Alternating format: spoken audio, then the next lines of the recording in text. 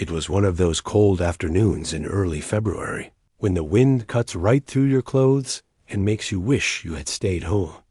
The central train station in Prague was packed with people, all of them rushing somewhere, all of them lost in their own little worlds.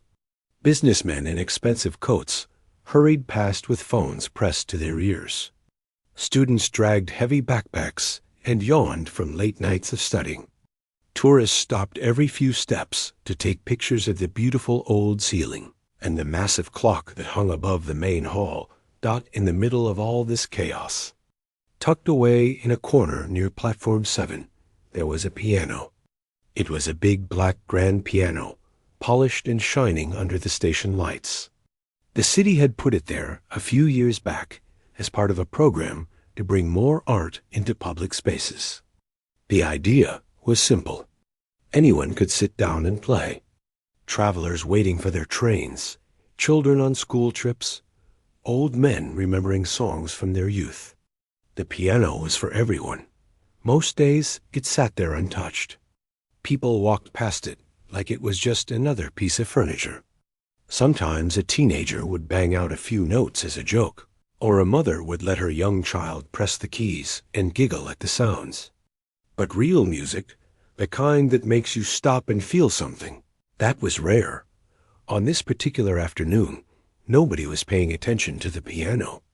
The station was too loud, too busy, too full of people who had somewhere else to be. Trains came and went. Announcements echoed through the speakers in Czech, and then in English. The smell of coffee and fresh bread drifted from a small cafe near the entrance, and then he appeared. He came from the direction of the side entrance, the one that led to the older part of the city. He walked slowly, not because he wanted to, but because his body seemed tired, like every step took effort. His coat was old and too thin for the weather. It might have been brown once, but now it was faded to a color that had no name. His shoes were worn down, the soles separating from the tops, held together by what looked like tape and hope. His hair was gray and messy, falling over his forehead in uneven strands. His face was lined with years of hard living, and his eyes had a faraway look, like he was seeing something nobody else could see. People moved out of his way without really looking at him. That is what happens when you live on the streets long enough. You become invisible. You become part of the background, something people train themselves not to notice, because noticing would make them uncomfortable. He walked through the station like a ghost, his hands stuffed into his pockets, his shoulders hunched against the cold that had followed him inside. He passed the ticket counters. He passed the cafe. He passed a group of school children who were laughing about something on one of their phones. And then he stopped. He was standing in front of the piano. For a long moment, he just looked at it. His eyes moved over the keys, over the smooth black wood, over the little sign that said the piano was free for anyone to play. Something changed in his face. The tiredness was still there, but now there was something else too. Something that looked almost like hunger, but not for food. It was deeper than that. A security guard had been watching him from across the hall. The guard was a big man with a thick neck and a bored expression. He had seen homeless people come into the station before. They usually came to escape the cold or to ask travelers for spare change. His job was to keep things orderly, to make sure nobody caused trouble. And this old man in the worn-out coat definitely looked like potential trouble. The guard started walking toward the piano. His boots made heavy sounds on the stone floor. A few people nearby noticed and turned to watch, sensing that something was about to happen. The old man saw the guard coming. He did not run. He did not look scared. He just raised his hands slowly, palms out, the way you do when you want to show you mean no harm. "Please," he said. His voice was rough, like he had not used it much lately. His accent was hard to place. Eastern European, maybe, but softened by years of wandering. "Please, I only want to play." The guard stopped a few feet away and crossed his arms over his chest. "This area is for travelers," he said.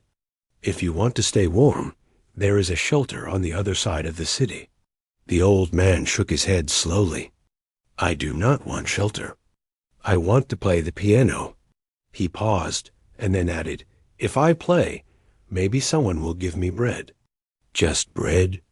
That is all I ask." A woman standing nearby let out a small laugh. She was well dressed, wearing a fur-lined coat and expensive boots. She whispered something to her friend, and they both smirked. The message was clear. Who did this homeless man think he was? Did he really believe he could play? A teenage boy pulled out his phone and started recording. He had that look on his face, the one people get when they think they are about to witness something embarrassing that will make a good video to share with friends. The guard looked uncomfortable. He was not a cruel man. He had a family at home, kids who he loved, a wife who made him dinner every night. He did not enjoy pushing people around, especially people who clearly had nothing. But he had a job to do. "Look," he said, lowering his voice a little. "I cannot just let anyone—" "One song," the old man said. "Just one song. If nobody gives me bread, I will leave. I promise. I will not cause any trouble." The guard looked around. More people had stopped to watch now. There were maybe 20 or 30 of them, forming a loose half-circle around the piano. Some looked curious. Some looked annoyed. Some were already whispering to each other, making bets about what would happen next. The guard sighed. He thought about calling his supervisor, but that would mean paperwork and explanations, and probably a lecture about following protocol. And really, what harm could it do? If the old man played badly, people would laugh and move on. If he refused to leave afterward, then the guard could step in. "Fine," he said, stepping back. "One song. But if anyone complains, you are out." The old man nodded. There was no smile on his face, no look of victory. He simply turned toward the piano and stood there for a moment, looking at it like an old friend he had not seen in many years. Out the crowd waited. The woman in the fur coat was still smirking. The teenager held his phone steady, ready to capture whatever came next. A little girl standing with her mother tugged at her sleeve and asked what was happening. The mother shushed her and said they would see. The old man pulled out the bench and sat down slowly. His hands came up from his lap and hovered over the keys. They were rough hands, weathered and cracked from cold and hard work. The nails were uneven, some broken, some too long. They did not look like the hands of a musician. They looked like the hands of someone who had spent years surviving. He took a breath. The station noise seemed to fade a little, as if even the trains and the announcements and the footsteps knew that something was about to happen. And then he began to play. The first note rang out clear and pure, cutting through the noise of the station like a knife through silk. It was a single note, held just long enough to make everyone pay attention. And then came the second note and the third, and suddenly the air was full of music. It was not what anyone expected. It was not clumsy or hesitant or embarrassing. It was beautiful. It was the kind of music that makes you forget where you are, that reaches inside your chest and grabs hold of something you did not even know was there. The woman in the fur coat stopped smirking. Her mouth fell open just a little, and she stared at the old man like she was seeing him for the first time. The teenager's phone dipped in his hand. He forgot he was recording. He just stood there, frozen, watching. The security guard took another step back, his arms falling to his sides. And the little girl who had asked what was happening looked up at her mother with wide eyes and whispered, "Mama, who is he?" Nobody had an answer, but everyone was listening. And for the first time in a very long time, the old man at the piano was not invisible anymore. The music filled the train station like water filling a glass. It started soft, almost gentle, like a whisper you have to lean in to hear. But then it grew. It swelled and rose and wrapped itself around everyone who was standing there, whether they wanted it to or not. The old man was playing Chopin. It was a piece called Ballade No. 1 in G minor, though most of the people watching had no idea what it was called. They did not need to know the name. They could feel it. That was enough that his fingers moved across the keys like they had a life of their own. They danced and jumped and pressed down with a certainty that seemed impossible for a man who looked like he had not eaten a proper meal in weeks. His eyes were closed, his head tilted slightly to one side, and his whole body moved with the music. He was not just playing the piano. He was living inside the notes, breathing them in and letting them pour back out through his hands. The crowd had grown. What started as 20 or 30 curious onlookers had become 50, then 100. People stopped on their way to catch trains. They paused with coffee cups halfway to their lips. They stood on tiptoes at the back, craning their necks to get a better view. Some had never heard classical music before, not like this. But it did not matter. The music spoke a language that everyone understood. A businessman in a gray suit stood near the front. He had been rushing to a meeting, checking his watch every few seconds, annoyed at the delay. But now his watch was forgotten. His briefcase hung loosely at his side. He was staring at the old man with an expression that was hard to read. It might have been confusion. It might have been wonder. It might have been both. Next to him, a young woman with headphones around her neck had tears rolling down her cheeks. She did not wipe them away. She did not seem to notice them at all. She just stood there, her lips parted, her eyes fixed on the piano dot. The teenage boy who had been recording earlier had lowered his phone completely. He was not thinking about videos or likes or shares anymore. He was thinking about his grandmother, who had passed away 2 years ago. She used to play piano in her living room on Sunday afternoons, and he would sit on the floor and listen, bored out of his mind, wishing he could go outside and play with his friends. Now, standing in this train station, listening to this stranger, he would have given anything to hear his grandmother play one more time. The music built and built. It climbed higher, grew louder, filled every corner of the station. The notes tumbled over each other, racing and chasing, fighting and embracing. It was like watching a storm move across the sky. You could not look away. You could not think about anything else. You just had to stand there and let it wash over you. The security guard who had almost sent the old man away was leaning against a pillar now, his arms no longer crossed. His face had softened.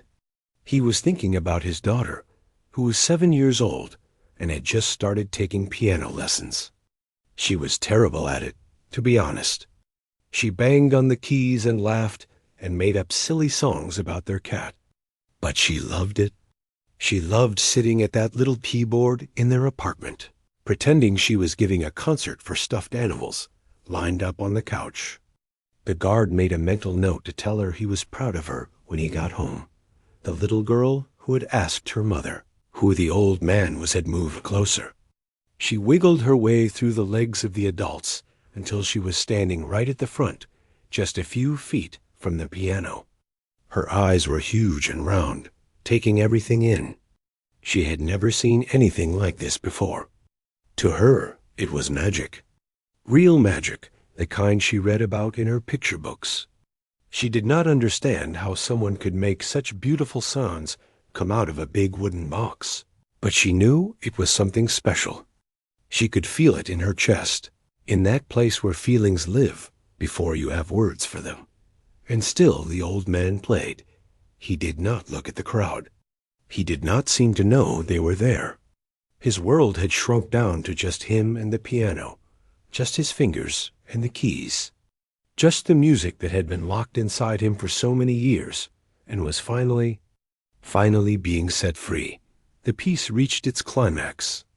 The notes crashed down like waves against rocks, powerful and wild, and full of something that might have been pain, or might have been joy, or might have been both mixed together until you could not tell them apart. The old man's hands flew across the keyboard, hitting chord after chord, building towards something that everyone could feel coming, but no one could have prepared for. And then it happened. The final section began, softer now, gentler. The storm was passing. The clouds were breaking apart. But there was sadness in it too, a deep and heavy sadness that settled over the crowd like a blanket. Some people looked down at their feet. Others closed their eyes. A few more started to cry, and they did not try to hide it. The music slowed. The notes became fewer, more spread out, like the last drops of rain after a storm. The old man's fingers barely seemed to touch the keys now. Each note hung in the air for a moment before fading, making room for the next one. And then, with one final chord that seemed to hold all the beauty and all the sorrow in the world, it was over. The old man lifted his hands from the piano and let them rest in his lap. He sat there for a moment, his eyes still closed, his chest rising and falling with deep breaths. He looked exhausted, like he had just run a marathon, like he had just climbed a mountain. But there was something else on his face too. Peace. For those few minutes, he had been somewhere else. Somewhere far away from cold streets and empty stomachs and the loneliness that Comey's was being invisible. The station was silent, not quiet. Silent. There is a difference. Quiet is when things are calm. Silent is when the whole world seems to hold its breath. Nobody moved. Nobody spoke.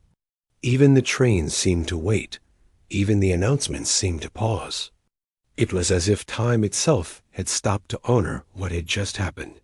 And then, from somewhere near the back of the crowd, someone started to clap. It was a single pair of hands at first. Slow and hesitant, like they were not sure if it was okay to break the spell. But then another pair joined in, and another, and another. The applause spread through the crowd like fire through dry grass. It grew louder and louder until it filled the station, bouncing off the walls and the ceiling and the big glass windows. People were cheering. They were whistling. They were calling out words of praise in Czech and English and German and languages the old man did not recognize. Strangers turned to strangers and shook their heads in disbelief, asking each other if they had really just seen what they thought they had seen. The woman in the fur coat, the one who had smirked and whispered to her friend, was crying now. Her expensive makeup was running down her cheeks, but she did not care. She pushed forward through the crowd, reaching into her purse as she went. When she got to the front, she pulled out a handful of bills and pressed them into the old man's hand. "That was beautiful," she said, her voice shaking. "That was the most beautiful thing I have ever heard." The old man looked at the money in his hand like he did not understand what it was. Then he looked up at the woman, and for the first time, he smiled. It was a small smile, barely there, but it changed his whole face. For a moment, you could see the man he used to be, before whatever had happened to bring him to this place. "Thank you," he said quietly. "But I only asked for bread." The woman laughed through her tears and shook her head. "You deserve so much more than bread." Others were coming forward now, pressing money into his hands, reaching out to touch his shoulder, telling him how amazing he was. The little girl from the front of the crowd tugged on his sleeve, and when he looked down at her, she held out a cookie she had been saving in her pocket. "For you," she said seriously, "because you play really good." The old man took the cookie carefully, like it was made of gold. He looked at it for a long moment, and then he looked at the little girl, and something in his eyes seemed to break. A single tear rolled down his weathered cheek and disappeared into the lines of his face. "Thank you," he whispered. "This is the best gift I have received in a very long time." The crowd was still buzzing, still talking, still trying to make sense of what they had just witnessed. But one woman was not talking. She was standing at the edge of the crowd, her hand pressed over her mouth, her eyes wide with shock. She knew that playing style. She knew those hands. She had seen them before, many years ago, on a stage in Vienna. She pushed her way through the crowd, her heart pounding in her chest. When she reached the old man, she stood in front of him for a moment, just staring, trying to be sure, and then she spoke a name that had not been spoken in public for almost 10 years. A name that belonged to a ghost, to a legend, to a man everyone thought had disappeared forever. The old man looked up at her. The smile faded from his face. He did not deny it. He did not pretend. He just nodded slowly, like a man who had finally been found after years of hiding. The woman's legs felt weak. She grabbed the edge of the piano to steady herself.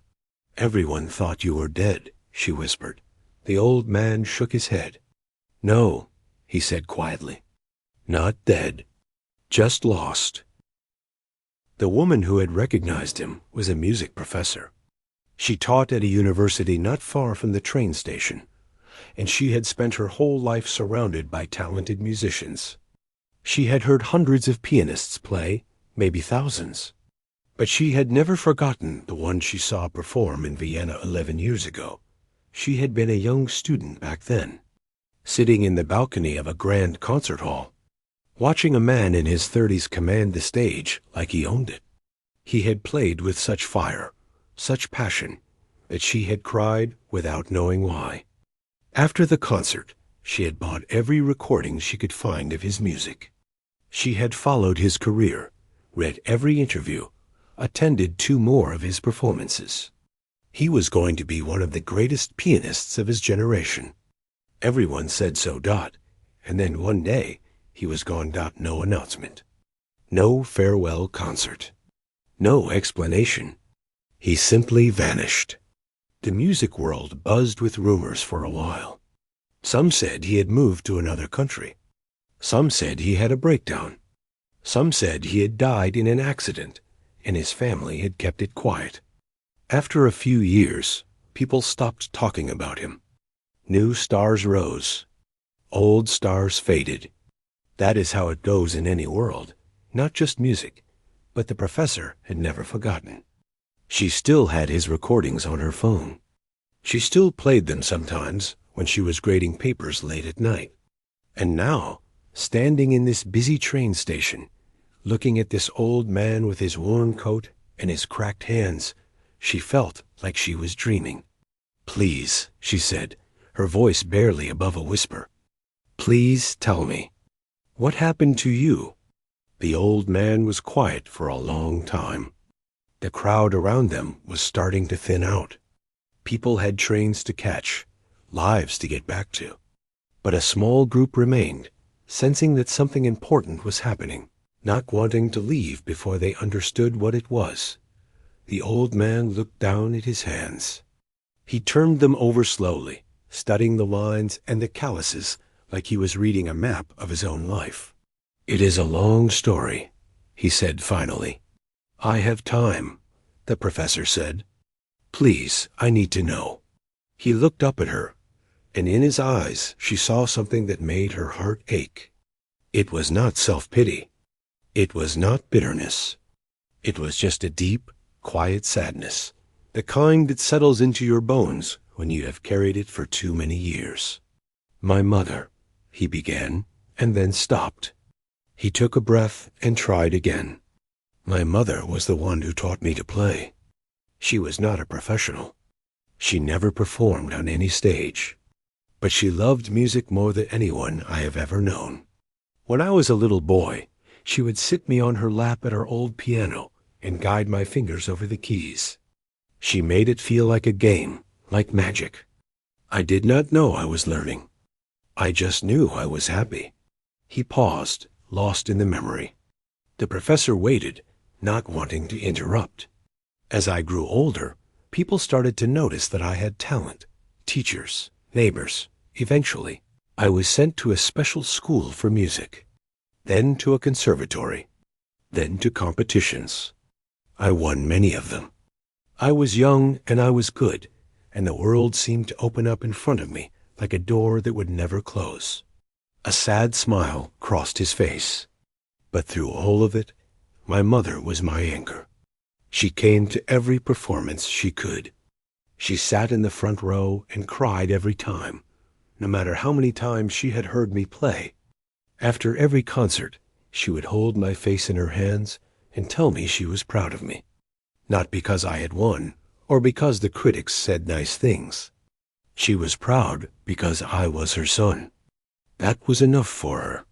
The professor nodded slowly. She was starting to understand. 11 years ago, the old man continued, my mother got sick. It happened fast.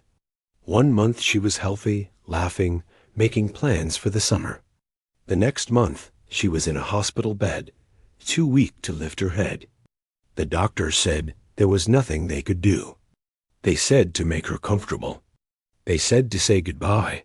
His voice cracked, and he stopped talking.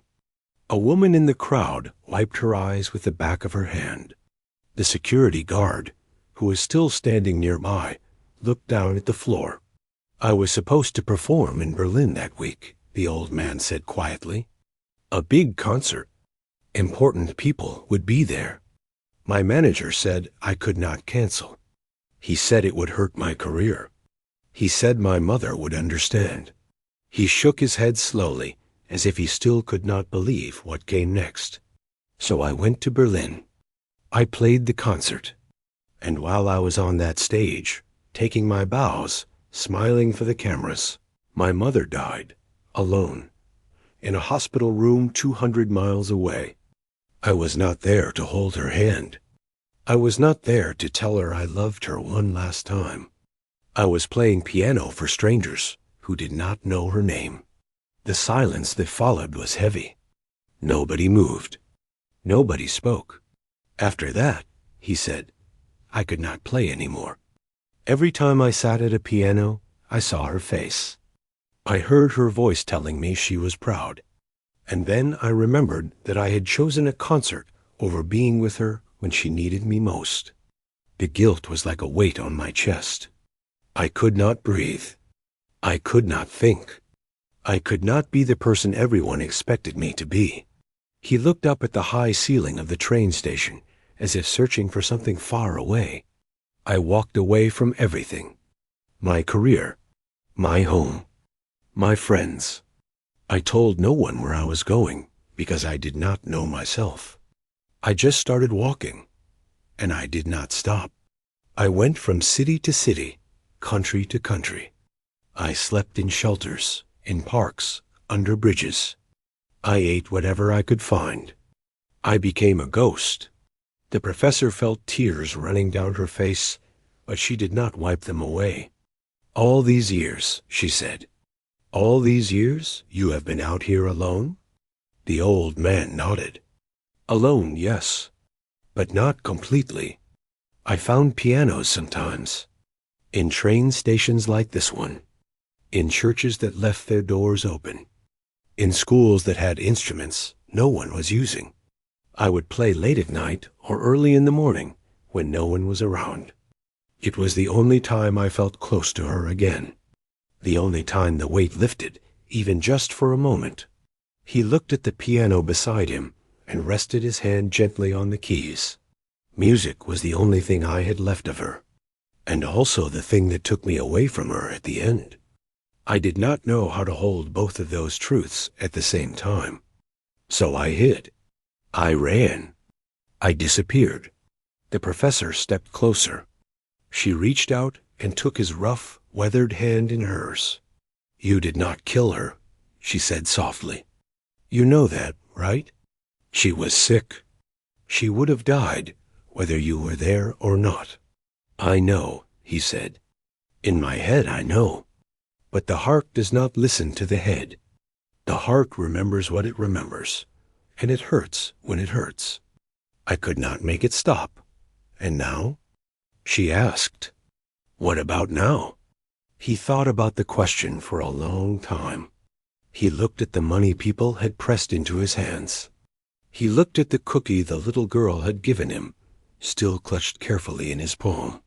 He looked at the faces of the strangers who had stopped to listen, who had cried for him, who had seen him when he had spent so many years trying to be invisible. "I do not know," he admitted. "I have been lost for so long. I am not sure I know how to be found." The professor squeezed his hand.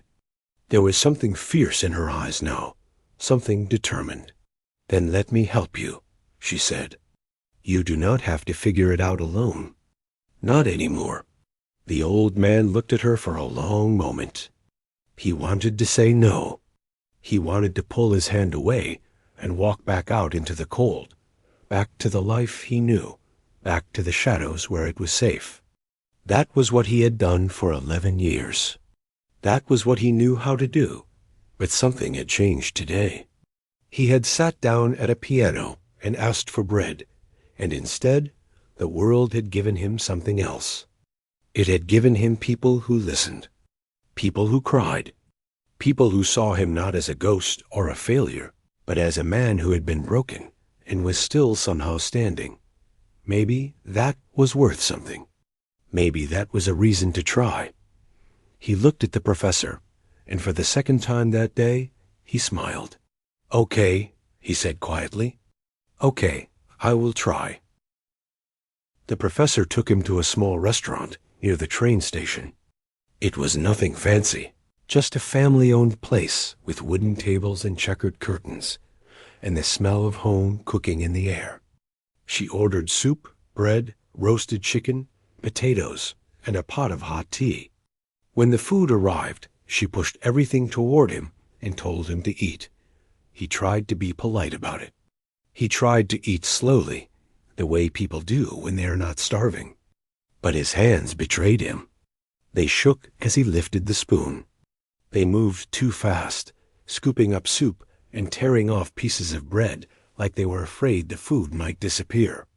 He had not had a meal like this in months, maybe longer. He had forgotten what it felt like to be full. The professor did not say anything. She just sat across from him and sipped her tea and let him eat in peace. She understood that some moments do not need words. Some moments just need patience. When he finally pushed his plate away, he looked embarrassed. His cheeks were flushed, and he could not meet her eyes. "I am sorry," he said quietly. "I did not mean to eat like an animal." She shook her head. "You ate like a man who was hungry. There is no shame in that." He was quiet for a moment, staring at the empty plate. Then he looked up at her with something like confusion in his eyes. "Why are you doing this?" He asked. "You do not know me. You do not owe me anything. Why would you help a stranger?" The professor smiled. It was a warm smile, the kind that reaches the eyes. "Because I was in that concert hall in Vienna," she said. "I was 22 years old, and I had never heard anyone play the way you played. You changed something in me that night. You made me believe that music could be more than just notes on a page. It could be alive. It could breathe.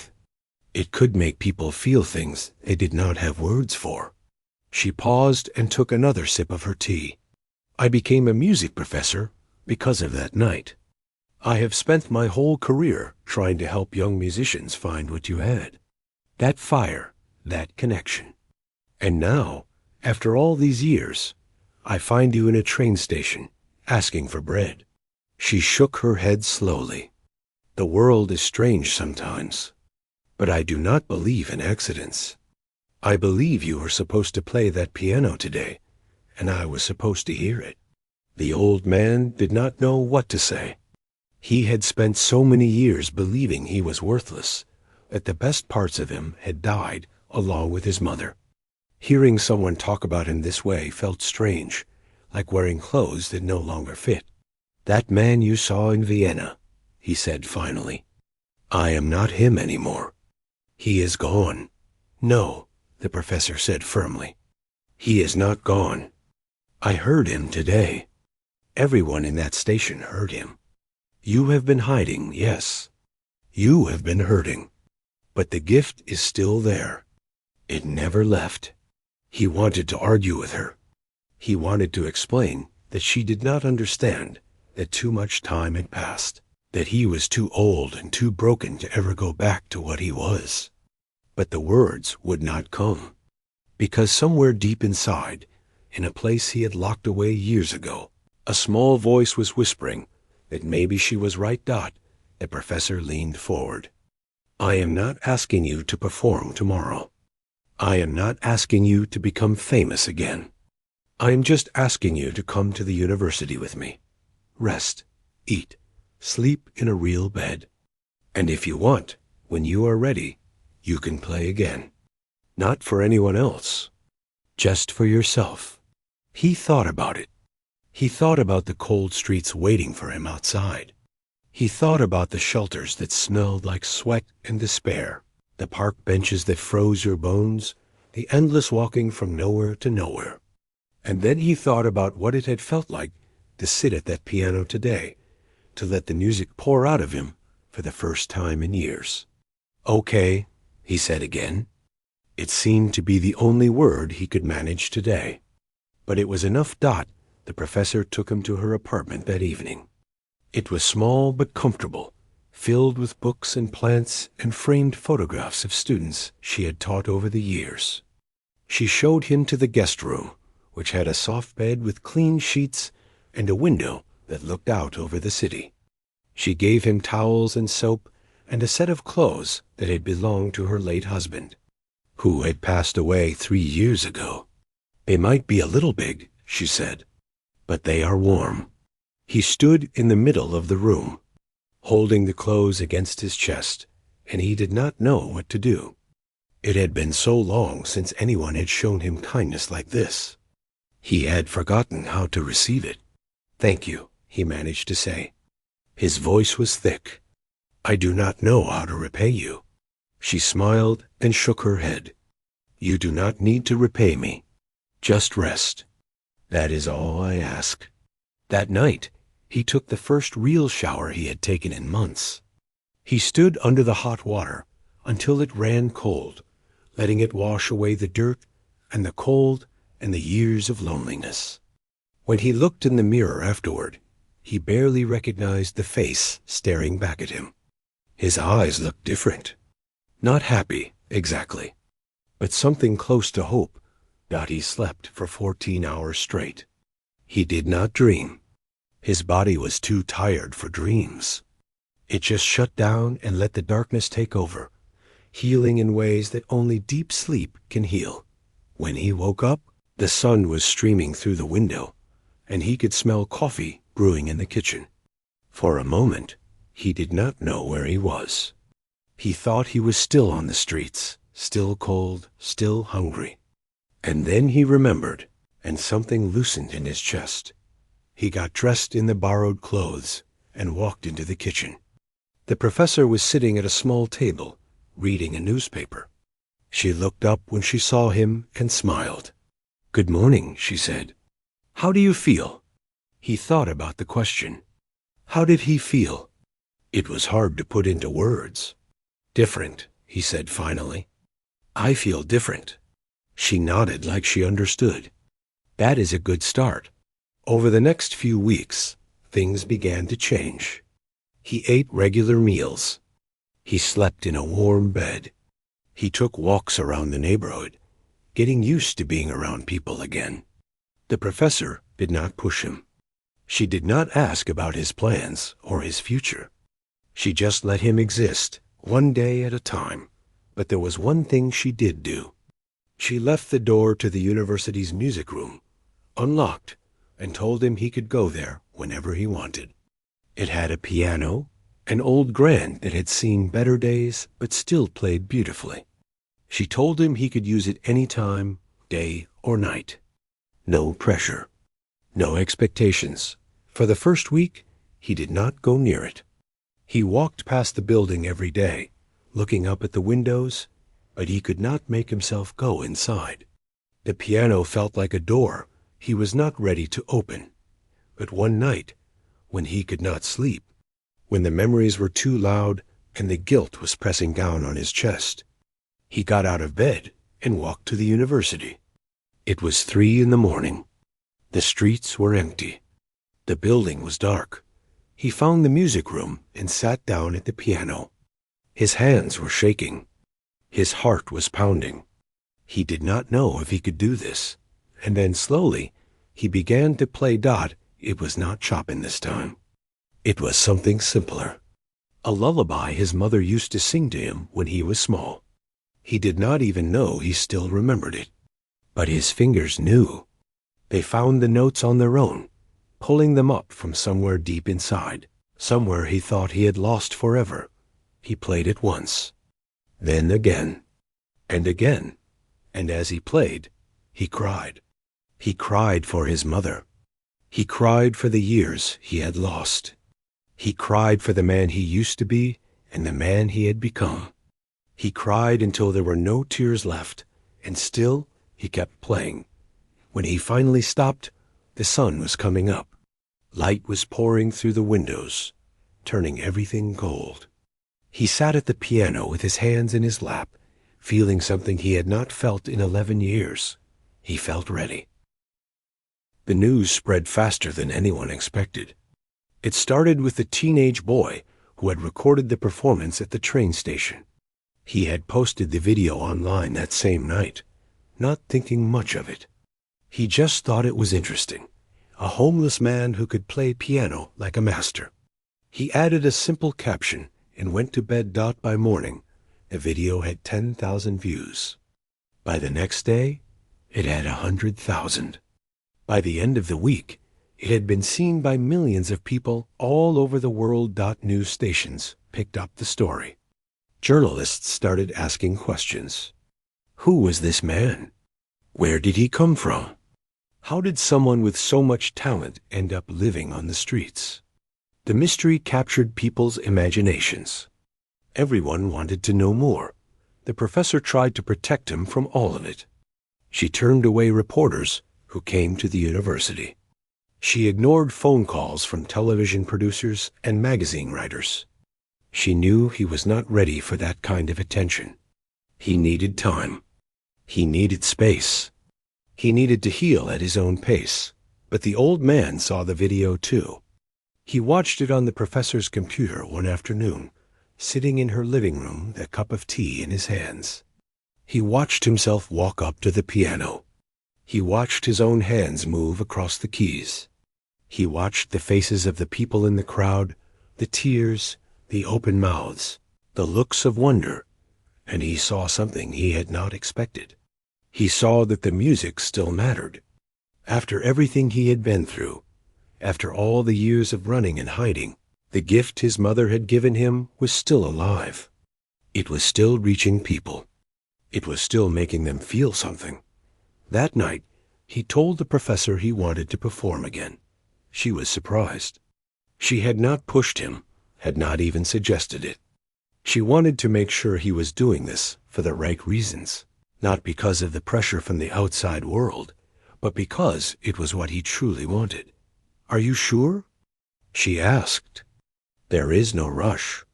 You can take all the time you need." He nodded slowly. "I have been hiding for 11 years. I thought I was protecting myself, but I was only making the pain last longer. My mother gave me this gift. She would not want me to bury it. She would want me to share it." He paused and looked out the window at the city lights. "I am scared," he admitted. "I am scared that I will fail.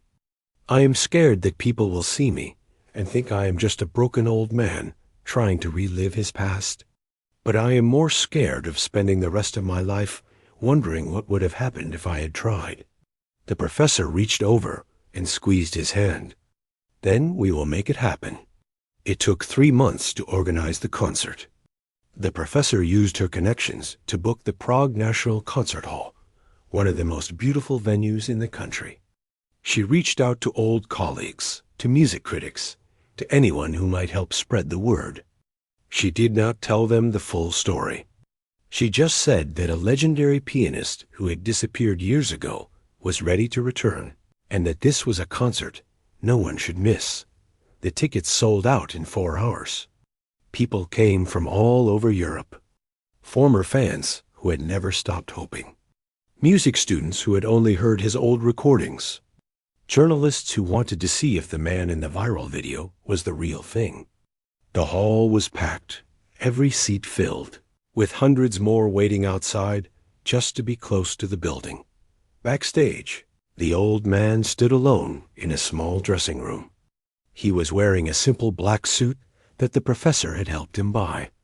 It was the first new piece of clothing he had owned in over a decade. He looked at himself in the mirror and barely recognized the man staring back. His hair was cut short and neat. His face was clean-shaven. His eyes, which had been so empty for so long, now held a flicker of something that might have been hope. He was terrified. His hands were shaking. His heart was beating so fast, he thought it might burst out of his chest. Every part of him wanted to run, to escape through the back door, to disappear into the night and never look back. But then he thought about his mother. He thought about her sitting in the front row of every concert, crying with pride. He thought about her hands guiding his fingers over the keys when he was just a little boy. He thought about her voice telling him she loved him, not because of what he could do, but because of who he was. He closed his eyes and whispered, "This one is for you, Mama." The stage manager knocked on the door. It was time. He walked out onto the stage, and the applause hit him like a wave. It was so loud, so overwhelming, that he had to stop for a moment and just stand there, letting it wash over him. The lights were bright, almost blinding. He could not see individual faces, just a sea of shapes stretching back into the darkness. But he could feel them. He could feel their hope, their curiosity, their willingness to believe. He walked to the piano and sat down on the bench. The applause slowly faded, replaced by a silence so deep it felt like the whole world was holding its breath. He looked at the keys. They were familiar, like old friends. He placed his hands above them, feeling the weight of the moment, the weight of all the years that had led to this. And then he began to play. He played Chopin again, the same piece he had played in the train station. But this time it was different. This time he was not playing for bread. He was not playing to survive. He was playing because it was who he was, because the music was as much a part of him as his heartbeat, because his mother had given him this gift, and he was finally ready to honor it. The notes filled the concert hall, soaring up to the high ceiling, wrapping around every person in every seat. The music told a story. It told of loss and grief and years of wandering in the dark. But it also told of hope, of second chances, of finding your way back to the light when you thought all the lights had gone out. People cried. They did not try to hide it. Tears rolled down cheeks openly, freely. Strangers reached for each other's hands. The music connected them in a way that words never could. The old man played with everything he had. He played for his mother. He played for the professor who had believed in him. He played for the little girl who had given him a cookie in the train station. He played for everyone who had ever been lost and was still trying to find their way home. When the final note faded, there was a moment of perfect stillness. No one moved. No one breathed. And then the audience rose to their feet. The applause was deafening. It went on, wave after wave, like a standing ovation that would never end. People were cheering, shouting, calling out his name. The old man stood up from the piano and bowed, and for the first time in 11 years, he did not feel like a ghost. He felt real. He felt seen. He felt alive. Backstage, after the concert, the professor found him sitting alone in the dressing room. His face was wet with tears, but he was smiling. It was a real smile, the kind that comes from somewhere deep inside. "How do you feel?" she asked softly. He thought about the question. He thought about everything that had led to this moment. the train station, the bread he had asked for, the strangers who had listened, the long road back to himself. "I feel like I am finally home," he said. The professor smiled and sat down beside him. "Your mother would be proud." He nodded, and fresh tears spilled down his cheeks. But they were not sad tears. They were tears of gratitude, of release, of a wound that was finally beginning to heal. "I know," he whispered. "I know she would." Outside the concert hall, the night was cold and clear. Stars dotted the sky above Prague, the same stars that had watched over him during all those years on the streets. But tonight, he was not sleeping under them. Tonight, he was walking back into a life he thought he had lost forever. He had asked only for bread, but the world had given him so much more. It had given him a second chance, and this time he was not going to let it go.